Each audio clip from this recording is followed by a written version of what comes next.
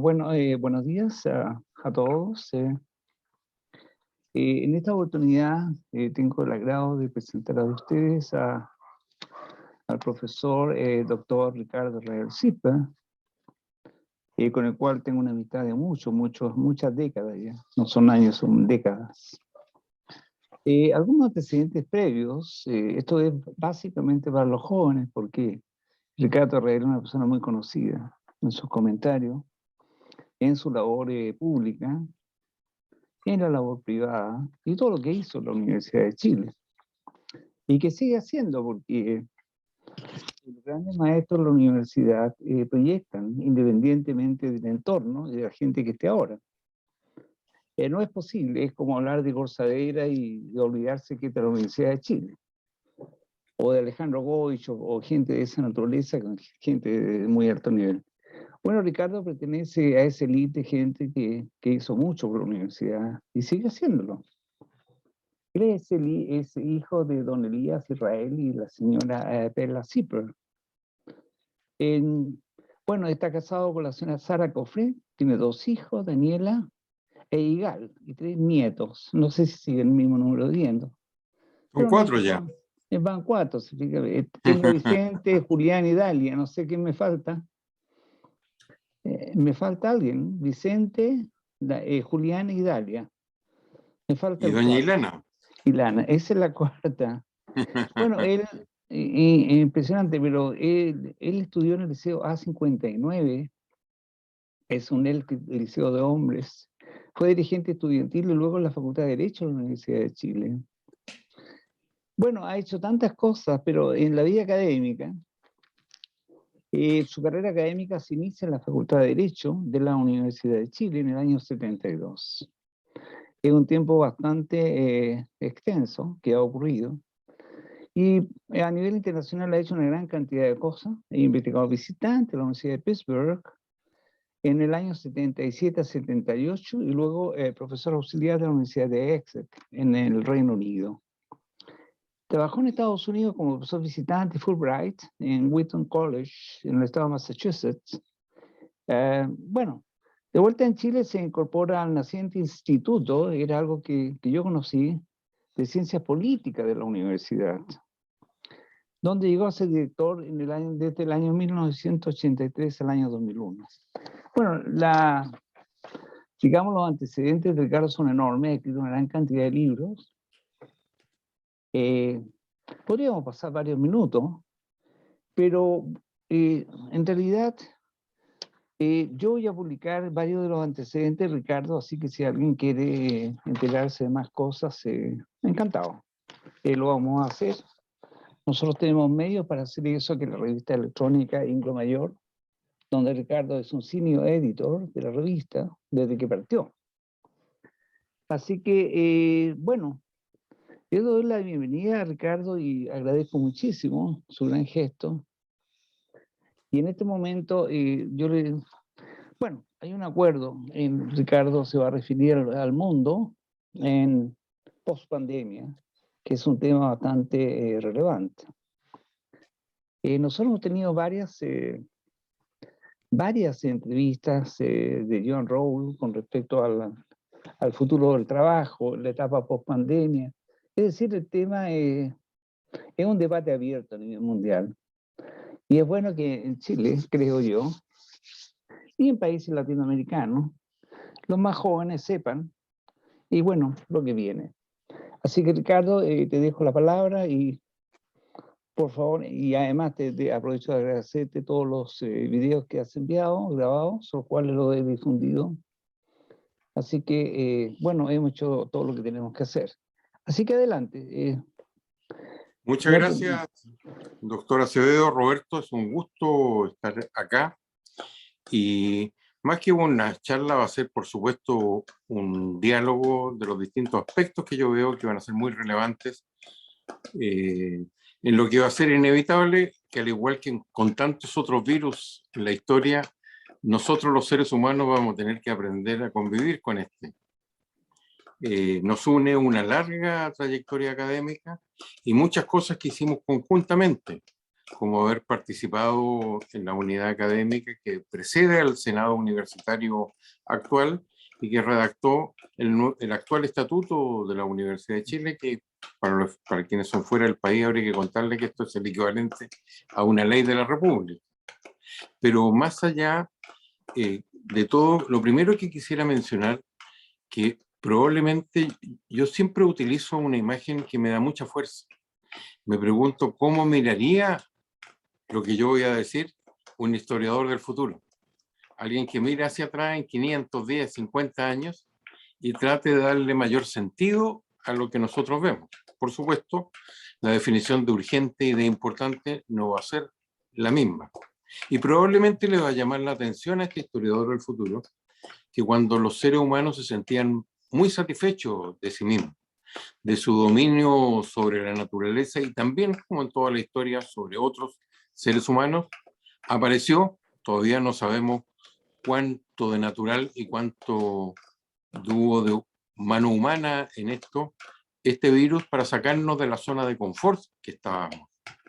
Yo pienso, por ejemplo, en autores de los mejores que explican el punto actual que está la humanidad, como Yuval Noah Harari, que había escrito 2 libros muy notables, también de grandes ventas, el Humus Deus, y en sus libros había revisado el pasado y el futuro de la humanidad, y también había dado sus lecciones para el siglo XXI, pero es llamativo que este hombre, historiador de la ciencia desde la historia, que había sido tan lúcido para ver, simplemente no tenía forma y por lo tanto no figura en ninguno de sus libros lo que nos acaba de ocurrir. Un momento de mucho confort demostró la fragilidad de los países y también la fragilidad del sistema internacional, porque en época de globalización lo que menos se podía esperar con tanta burocracia internacional que el mundo iba a estar adecuadamente preparado para coordinarse y como lo ha demostrado la experiencia de las vacunas y tantas otras, el sistema internacional no pudo enfrentar adecuadamente y en forma conjunta. Lo vemos, por ejemplo, en lo siguiente, que también es motivo de reflexión. Si tú te fijas, después de un año y tanto del virus, todavía no existe la bala de plata, todavía no sabemos cuáles políticas públicas dan resultados. Hay enormes diferencias entre los países y uno puede ver en este laboratorio viviente que Estados Unidos con su federalismo real, con su descentralización total, que distintos estados han producido distintos resultados y a veces distintos condados han producido resultados distintos. No hay un mecanismo, no hay una solución y por lo tanto las políticas públicas se han enfrentado una y otra vez y el único elemento en común parece ser en todos los países que si las oposiciones tienen razón, ellos lo harían mejor, cualquiera sea la oposición de centro, izquierda o derecha, que el gobierno de turno. Lo primero, yo creo que revisarnos nosotros mismos. ¿Por qué cuando creíamos estar en una etapa avanzada de nuestra evolución, esto nos pilló totalmente de sorpresa? Lo segundo que reflexionaría es que probablemente la democracia tal como la conocemos va a enfrentar una serie de cuestionamientos. Nosotros no nos damos cuenta, pero lo que llamamos democracia, creo que hay un entendimiento bueno de lo que existe. ¿Por qué? Por algo muy notable. Lo que desarrollaron hace 2000 y tantos años los griegos en Atenas, esos conceptos han llegado hasta nosotros a través de ciencias sociales como la sociología o la politología, pero esencialmente son los mismos que desarrollaron los griegos hace tantos tiempos. Y además, esos están llevados al derecho en una serie de mecanismos internacionales que incluye tratados. Por eso, lo único seguro en la democracia es que cuando le colocan un apellido, sea cual sea, no es la democracia tal como nosotros la entendemos, es siempre sin apellidos. Pero desapareció del mundo durante mucho tiempo. Reapareció prácticamente en la época griega para reaparecer junto con la Constitución americana, que era más republicana que democrática. Por lo tanto, que no vaya a desaparecer no es cierto. Y creo que en el futuro el debate va a ser cada vez más entre quienes están a favor de la democracia y quienes no están, por el éxito de tantos gobernantes que lo hacen desde posturas no democráticas. Creo que va a haber una reevaluación también, porque si a mí me hubieran preguntado, poco antes de la aparición del virus, que sociedades, incluyendo las más desarrolladas y con mayores libertades, iban a aceptar más o menos pasivamente las limitaciones de las libertades personales a las que ha obligado esta pandemia, yo hubiera dicho, eso ya no es posible, o muchos hubieran dicho eso. Y nosotros hemos visto como pasivamente en muchos países se ha aumentado el poder de quienes tienen poder y se ha disminuido no solo en la política, también en la economía. Miren cómo las políticas que han seguido los gobiernos han producido ganadores y perdedores desde el punto de vista de la economía. Hay procesos naturales como trabajar desde la casa o a la distancia. Este mismo elemento que estamos utilizando, el Zoom, es probablemente uno de los grandes ganadores de esta pandemia, como lo es, por ejemplo, Amazon. Eran procesos naturales, pero han sido acelerados enormemente a través de todo el mundo. Incluso probablemente a través de los procesos políticos va a haber un debate si repetir una experiencia que ocurrió también por decisiones políticas con el petróleo. Tú recordarás, Roberto, que era la época después de la guerra Yom Kippur, los países de la OPEC, encabezados por Arabia Saudita, la Venezuela de aquel entonces y otros, hicieron un boicot a los países que habían apoyado a Israel, fundamentalmente países del occidente, y Estados Unidos vivió una época rara que todavía se recuerda en el debate público con las colas para conseguir benzina en los automóviles. Y pasó mucho tiempo, realmente se logró hace poco con Trump que Estados Unidos recuperara la autonomía energética. Y hubo un cambio con ganadores y perdedores, pero gobernaba entonces Estados Unidos el demócrata Jimmy Carter, recordado también por su política que todavía la mantiene Estados Unidos de derechos humanos. Tú te acordarás que en esa oportunidad establecieron lo que llamaba el impuesto especial al windfall profit. Habían llegado a la conclusión que las grandes empresas petroleras habían recibido ganancias excesivas como consecuencia de decisiones políticas, las que tomó la OPEC y también las que tomaron gobiernos a través del mundo para asegurar, y que eso produjo como consecuencia una tremenda alza hasta el día de hoy del petróleo. Y que va a haber un debate probablemente en puntos como estos. A mí me da la impresión que el mayor debate que va a marcar muchos otros tiene que ver, además de tiene que ver con la estructura internacional del mundo. El siglo XXI probablemente va a ser marcado por algo que se dio en el XIX y en el XX, que es la lucha de un poder emergente para ser poder mundial y el grado de resistencia que le opone a aquel que va a ser desplazado. En su oportunidad, en el siglo XIX, fue la Gran Bretaña que se impuso en los mares, en el comercio, en la revolución industrial y en todas partes del mundo. En el siglo XX, a todos nos consta, porque lo vivimos, como el viejo imperio británico no pudo sostener su imperio y fue desplazado por el pujante Estados Unidos.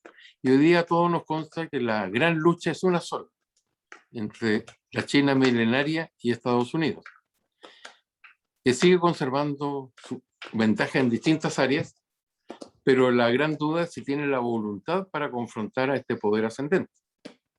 A China le falta, la duda es si le faltan décadas o años, pero todos entendemos que este proceso se está dando y que tarde o temprano este enfrentamiento que comenzó político, continuó en la economía, hoy día se está dando en las nuevas tecnologías y en las grandes luchas tecnológicas.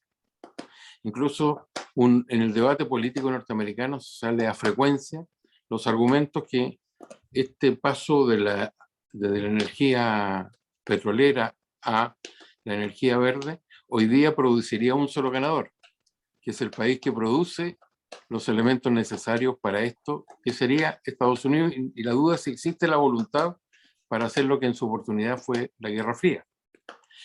Y dentro de las cosas que seguramente tienen que cambiar es la estructura de las organizaciones internacionales.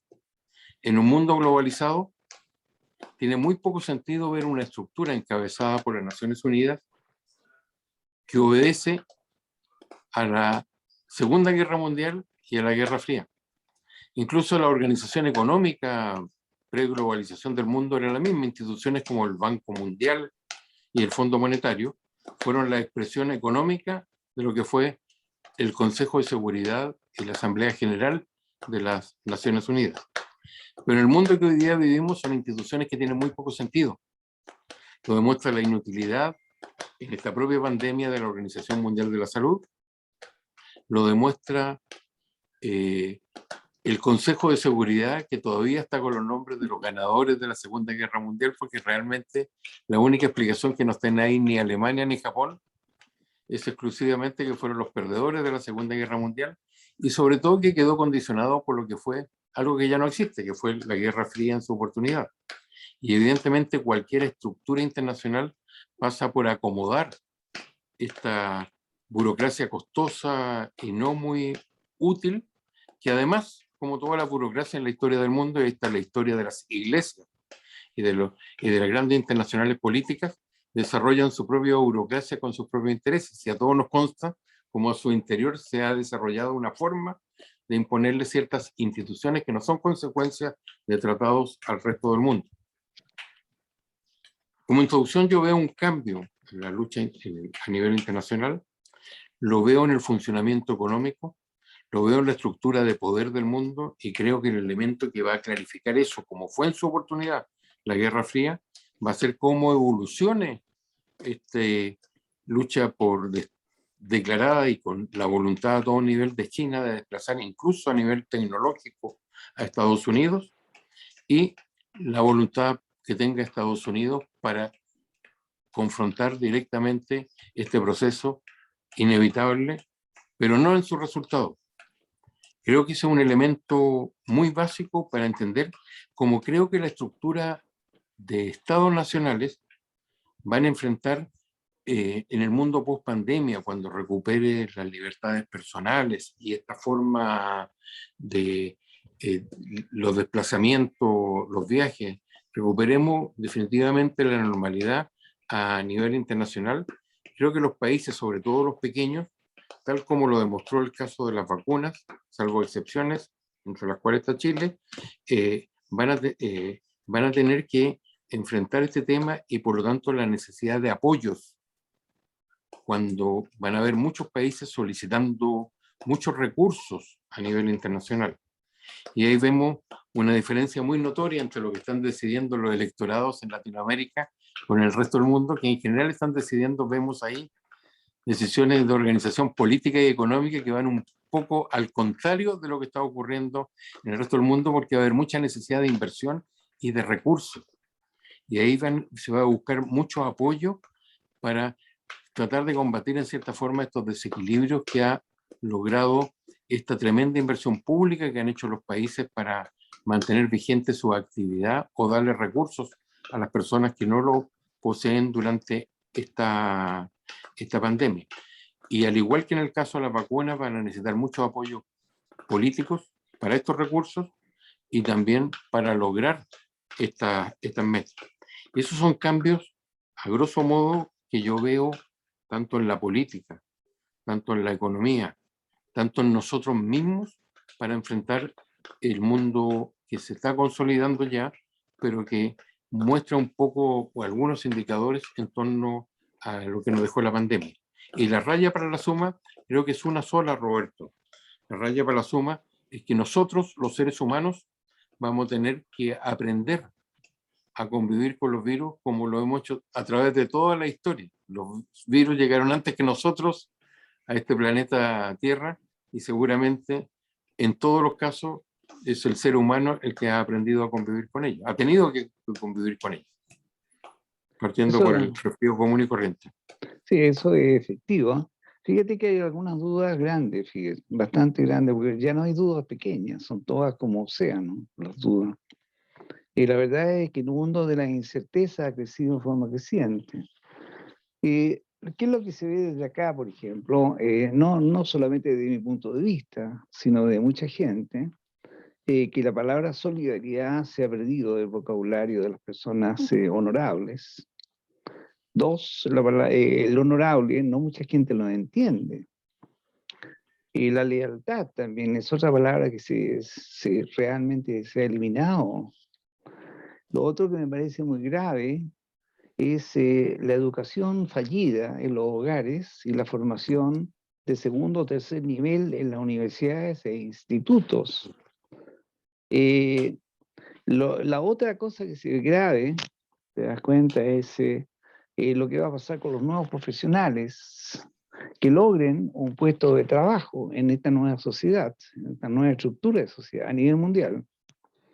Y ahí la cosa no se ve simple porque parece ser, no lo hemos visto todavía, que los nuevos profesionales van a tener un nivel bastante más básico, no van a tener, digamos, no van a ser hijos del rigor en cuanto a la parte de estudios, de práctica, etc. Por ejemplo, aquellos que necesitan salida a terreno. En esta época de pandemia, obviamente ya eso no existe.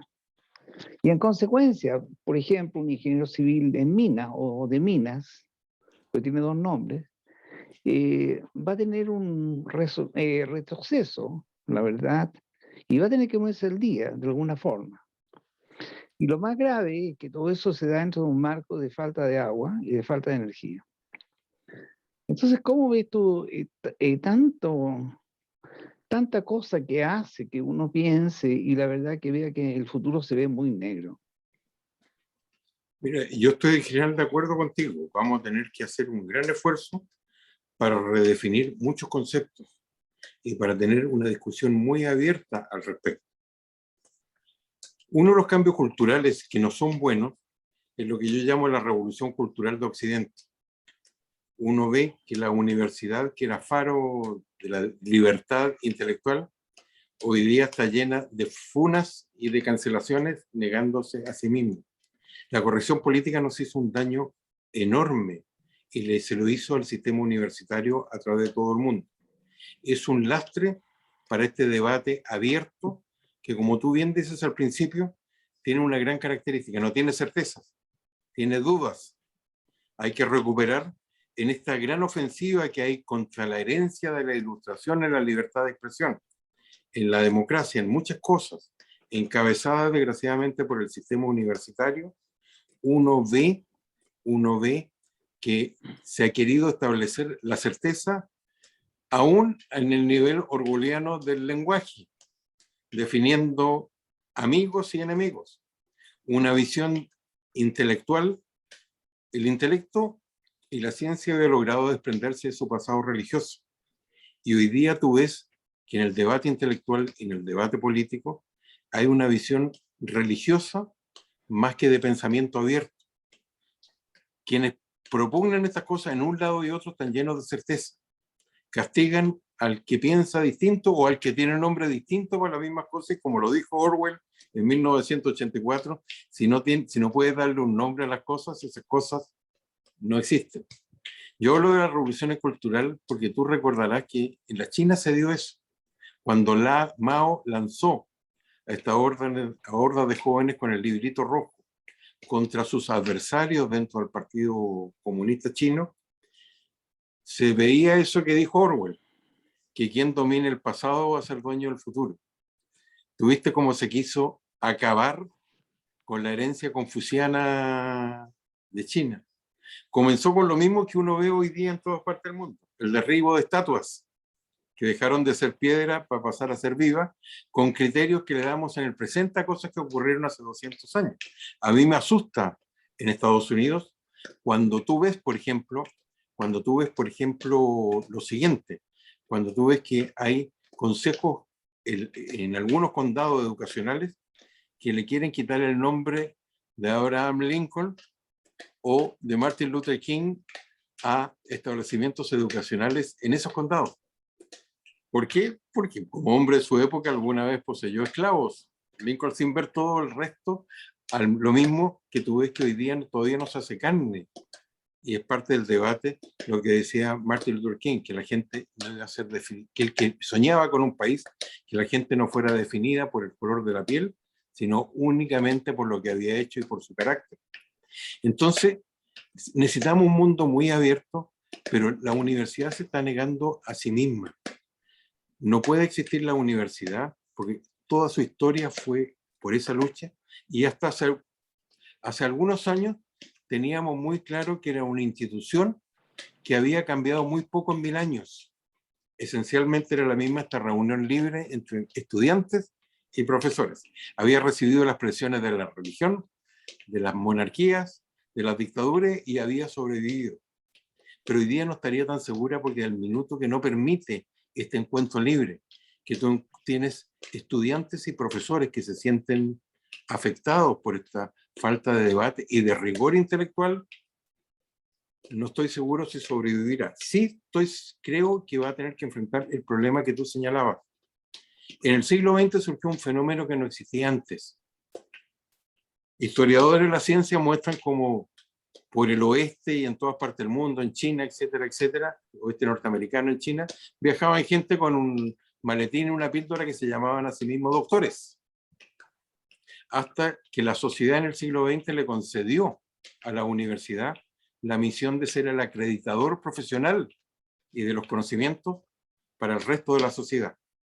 Con los procesos que están ocurriendo, con la forma que se está desarrollando el conocimiento, con el tipo de egresado que estamos entregando. En algún minuto la universidad estaba segura que entregaba estudiantes y luego que se convertían en profesionales al más alto nivel del conocimiento entonces existente.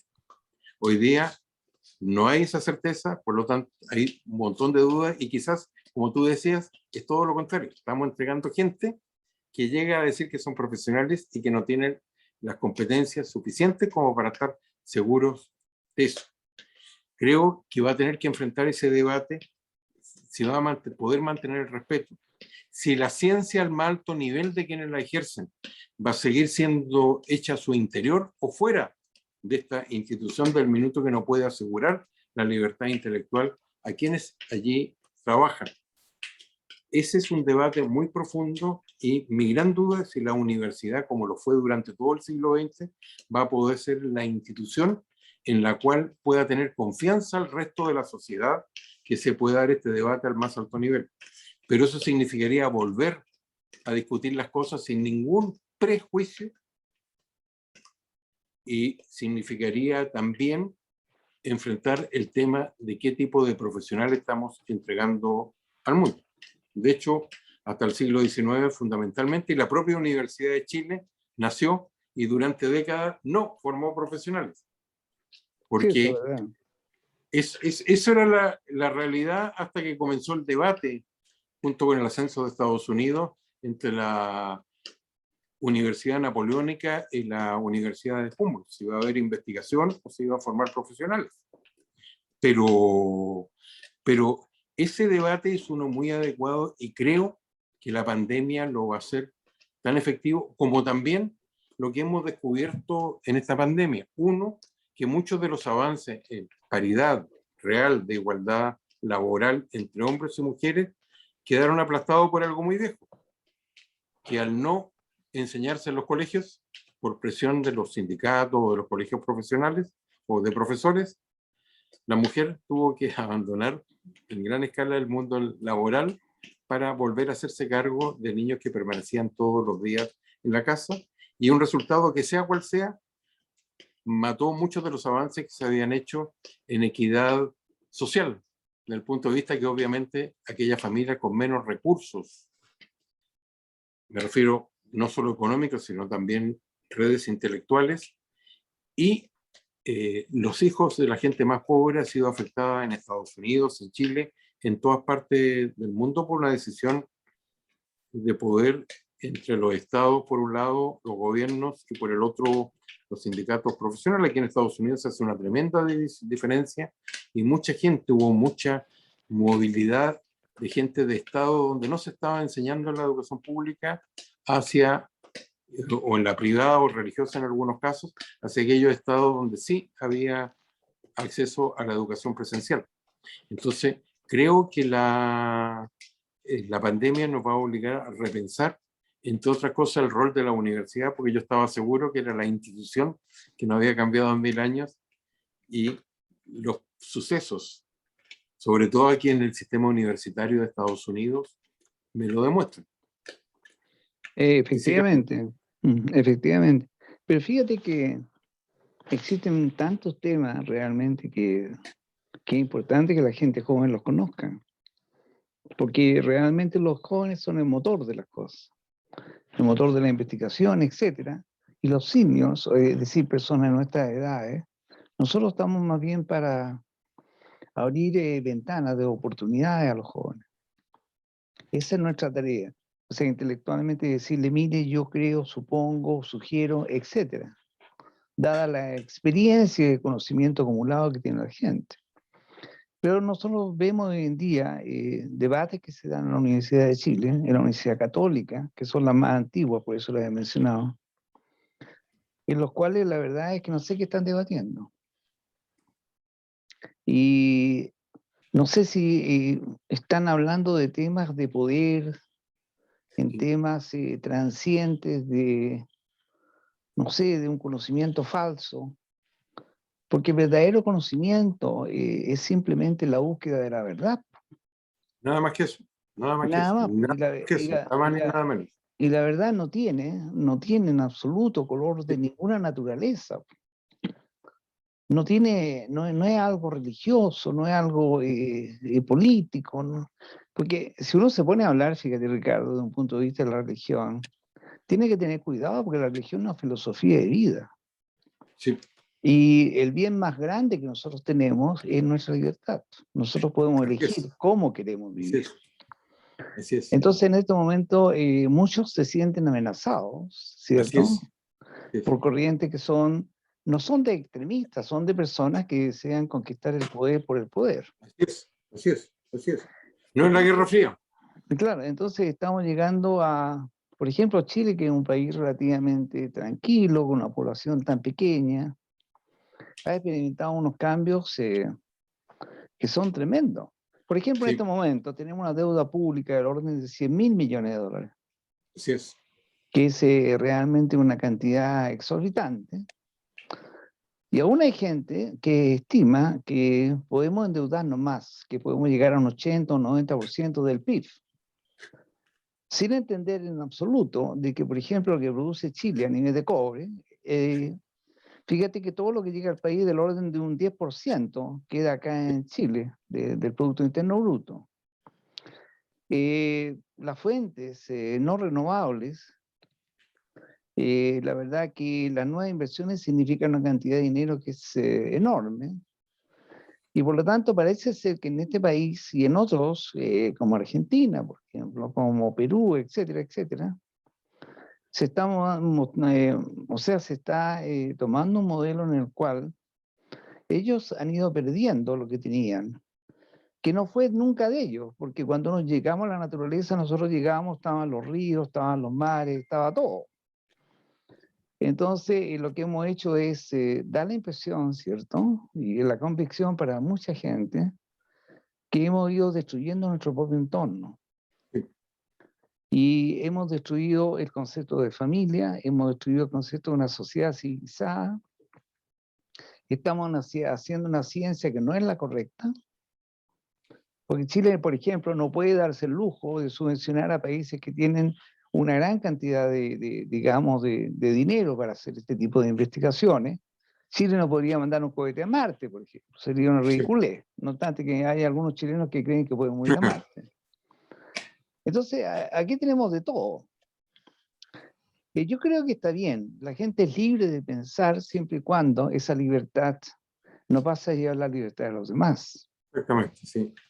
Y yo creo que eso es lo que está en peligro en estos momentos. ¿Qué piensas tú al respecto? Mira, el gran problema es si estos debates se van a dar de todas maneras.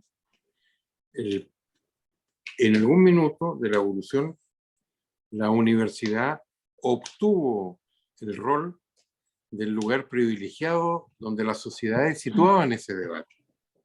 La duda es si están hoy día los elementos para que eso se produzca. yo veo a través del mundo, incluyendo aquí en Estados Unidos, por eso me asusta lo que está pasando, que en las universidades la carrera ha reemplazado al intelectual. Esos grandes temas que surgían al interior de la universidad, incluso la ciencia fue capaz de reemplazar a la religión, porque al interior de la universidad surgieron debates que antes no habían surgido. ¿Qué es la vida? ¿Cuándo comienza y cuándo termina? ¿Cuáles son los límites al conocimiento o al pensamiento? Abandonar, eso surgió desde la universidad, el confín que nos daba la fuerza de gravedad para abandonar. Uno ve a los millonarios hoy día compitiendo con inaugurando una nueva etapa en el turismo espacial, a pesar que todavía, digan lo que digan, no han abandonado todavía en estos viajes el límite hacia el espacio. Pero en todo caso, esos debates tuvieron lugar en la universidad. Antes necesitaban el permiso de la iglesia o del soberano o del Estado. Autónomamente se los dio. Y autónomamente está renunciando a ese rol privilegiado que alguna vez le dieron. Uno es un fenómeno que empezó a discutirse hace 30 o 40 años, donde ese profesor que desde la universidad desafiaba lo establecido buscando la verdad, ha sido reemplazado por aquel que hace una carrera al interior de la universidad.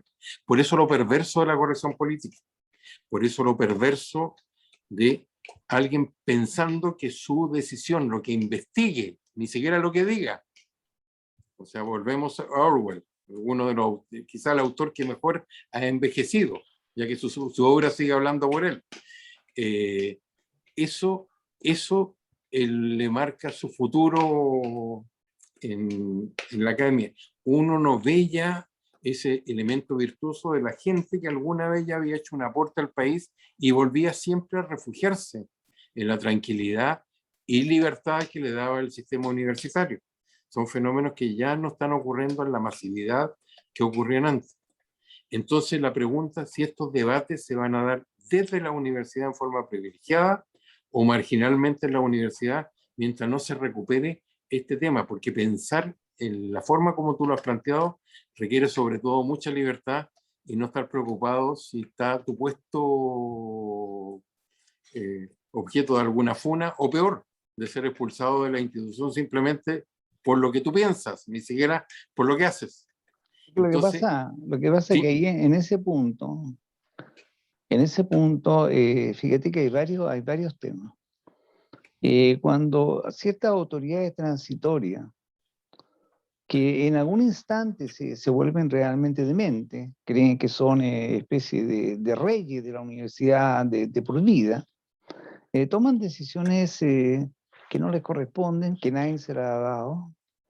Ningún estatuto, ni bueno ni malo, le ha dado ninguna atribución, porque nadie puede estar sobre los derechos de los demás.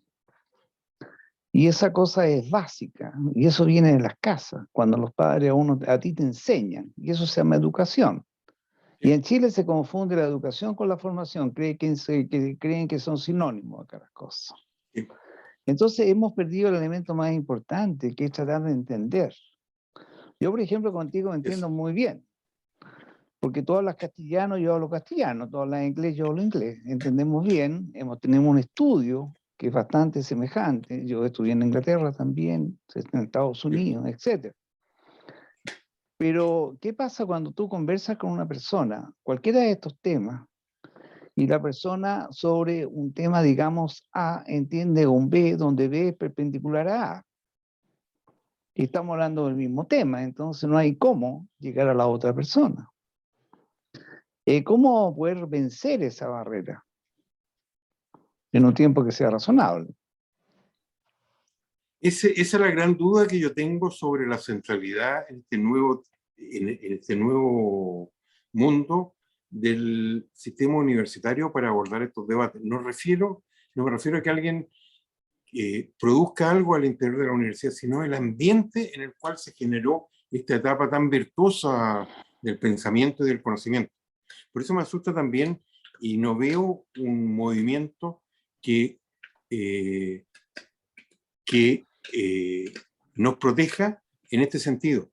Tú ves que toda esta fuerza que estamos describiendo es un rechazo de todo lo que significó la Ilustración.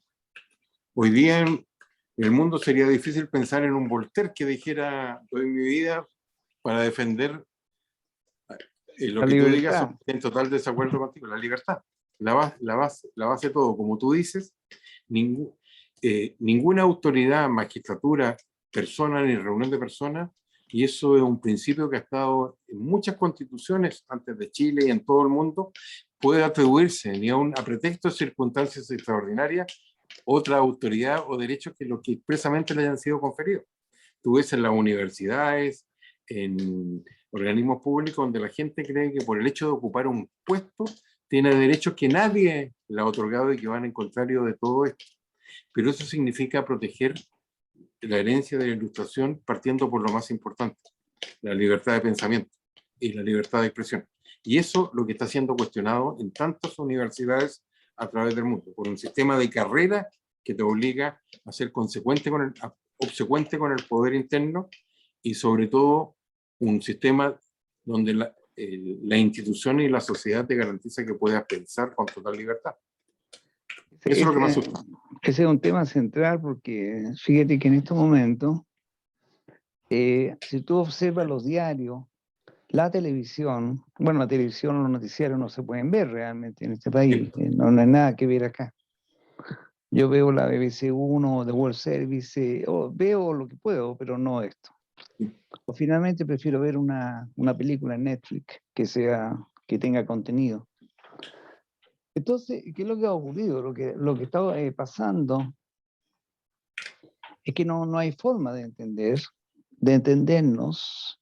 O sea, el verbo entender no se puede conjugar acá.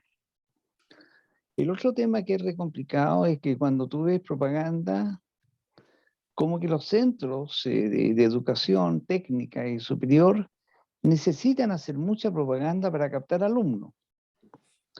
Y no se dan cuenta que lo que se requiere es mostrar calidad de lo que tú haces y empleabilidad cuando la persona termine y un buen nivel, y no quieren entender de que si un título no es válido, digamos, en países, por ejemplo, si yo saco un doctorado en Chile, un alumno, y ese doctorado no tiene ningún valor en Estados Unidos, entonces la verdad es que No es doctorado. no es doctorado nomás. Claro, no.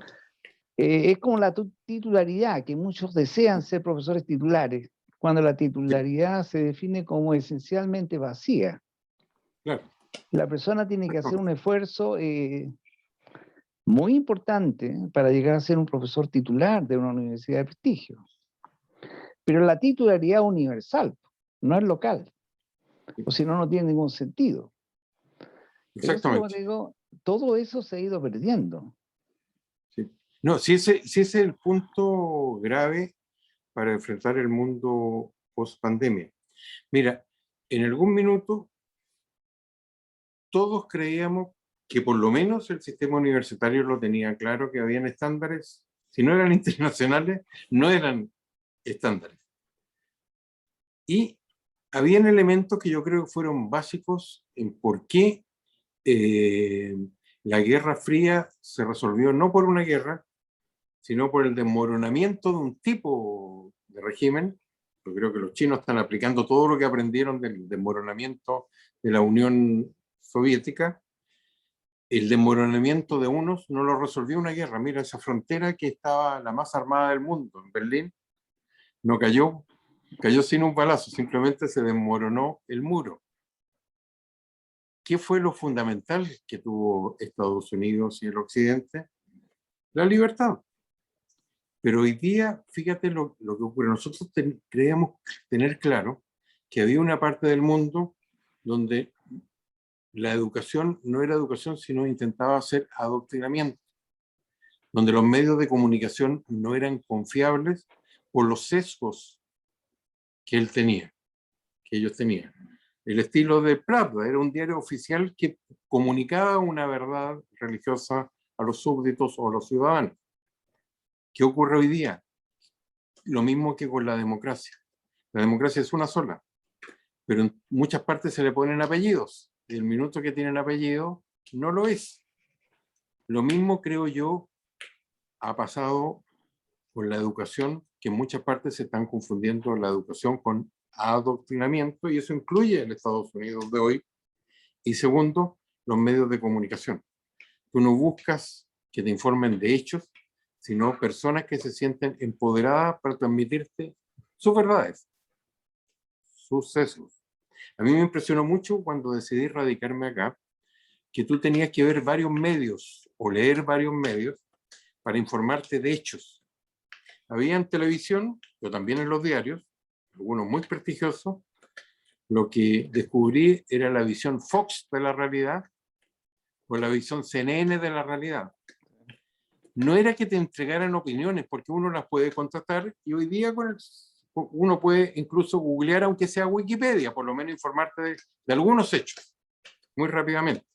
Que incluso creo que ha perjudicado al conocimiento real, porque hay tanta gente, tú ves en el debate y en las conversaciones diarias, que lee 10 líneas y cree tener el mismo conocimiento de aquel que ha dedicado toda su vida, y lo hemos visto durante la pandemia, como surgen epidemiólogos en todas partes.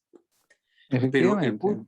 el punto está en que antes tú veías y te formabas tu opinión de los hechos, pero tú tienes que ver más de un medio para simplemente saber que esos hechos están ocurriendo. Hay un proceso, y eso asusta cuando tiene lugar en Estados Unidos y en otros países. Hay un cambio en la sociedad, y yo estoy de acuerdo contigo. El futuro, como siempre, está en la gente joven. Creo que así como en otros países, la generación china que siguió a la generación de del librito rojo, o la que siguió a la generación de Tiananmen, es algo diferente. Entonces, creo que hay que persistir en esto, que es lo único que podemos hacer. Yo estoy retirado, uno ya no aspira a ser parte del debate público, pero sí lo que tiene esperanza es transmitirle a la gente que te importa, eso incluye a todos los jóvenes, tu experiencia de vida. Y en eso estamos. Fíjate que una de las cosas que yo he notado que lo más importante hoy en día es decirle a los jóvenes, mire, estas son las alternativas.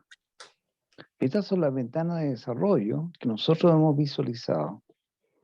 Porque, por ejemplo, supón tú que llega un joven recién titulado a conseguir un trabajo, desea un trabajo, porque tiene que tener su proyecto de vida, su familia, sus cosas.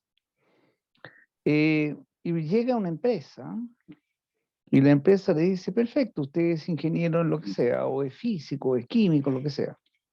El tema es, el joven puede preguntar, te das cuenta tú, Ricardo, bueno, ¿y qué es lo que usted espera de mí? Y la empresa le puede responder, no sé, yo usted no espero nada, quiero que usted me diga qué puede hacer usted por la empresa. Y eso lo dijo en la época de los Kennedy, cuando se decía, no diga, no pregunte qué puede hacer el país por usted, pregunte Exactamente. qué puede hacer usted por el Justo, país. justo. Exactamente. Nosotros, Exactamente. nosotros en nuestro país chiquitito, Chile, estamos enfrentando una coyuntura que yo no conocía, no la había visto, realmente es impresionante lo que está ocurriendo. Cuesta mucho entender Sí. qué es lo que la gente desea hacer para mejorar con el país. Porque se usan solamente, como te digo, frases que son absolutamente cosméticas, sin ningún valor, y que no son durables en el tiempo, tampoco son sostenibles. Como te digo, hemos pasado de un discurso que era relativamente ilustrado a algo que no podemos llamar discurso, que parece ser una fiesta que ha durado como 20 días y la gente ya no sabe ni cómo se llama. Entonces ahí está el gran dilema, porque los jóvenes están moviéndose en aguas turbias. Mira, nosotros no sabemos si estos climas de opinión se van a sostener o no. A veces los países cambian profundamente. Mira, nosotros en nuestra historia política de Chile, por ejemplo, hay algo que yo creo que nos produjo un enorme daño: el excepcionalismo chileno, que habían cosas que en Chile no pasaban. Para nuestra generación fue que en Chile no había golpe de Estado. en 1973. ¿Por qué? Porque nos había leído a los muy buenos historiadores que ha tenido Chile, hablo de los serios. Y se confundió la frecuencia con la presidencia. Sí. Nuestros procesos constitucionales incluso fueron consecuencias de esto. La Constitución de 1980, pero también las dos grandes anteriores, 1833, antes había sido la batalla del Ircay, donde el bando conservador derrotó a los liberales. 1925, precedida por un ruido de sables, como se llamó esa manifestación que hicieron algún grupo de oficiales del ejército en el entonces Congreso Nacional. Mira, como sin darnos cuenta, el proceso de búsqueda llevó a que en un periodo de tiempo, entre 1932 y 1973, existieran uno detrás de otro todos los distintos tipos de gobiernos que entonces se enseñaban. Volvió al poder con un gobierno tradicional de derecha que había sido visto por la entonces oligarquía con gran temor, que era Arturo Alessandri. Pero en 1938 fue reemplazado por el Frente Popular. Fíjate, solo existieron 3 gobiernos de Frente Popular en el mundo. Se llamaban Frente Popular porque era una alianza entre comunismo con partidos de centro-izquierda. En Chile fueron radicales, socialistas y comunistas, por lo menos para ese gobierno. Y los otros 2 fueron España, terminó en algo que los españoles no quieren acordarse, que es la guerra civil, y Francia, que terminó en la invasión y la ocupación alemana. ¿Quién reemplazó a estos 3 gobiernos de Frente Popular? Un chileno que sin una secretaría política y en la primera elección que votaron políticamente las mujeres, produjo un terremoto. Carlos Ibáñez del Campo fue electo y se le ofreció en el gobierno hacer un golpe de Estado, ser un Chávez. Y gobernó, incluso restableciendo al Partido Comunista. Y con el sistema electoral que todavía tenemos, felizmente, como impecable demócrata. Fue reemplazado por alguien que no lo vemos, pero que en ese entonces era visto como su alternativa. ¿Por qué? Porque 20 de los 100 años del siglo XX fueron ocupados por la lucha entre Ibáñez con los Alessandri.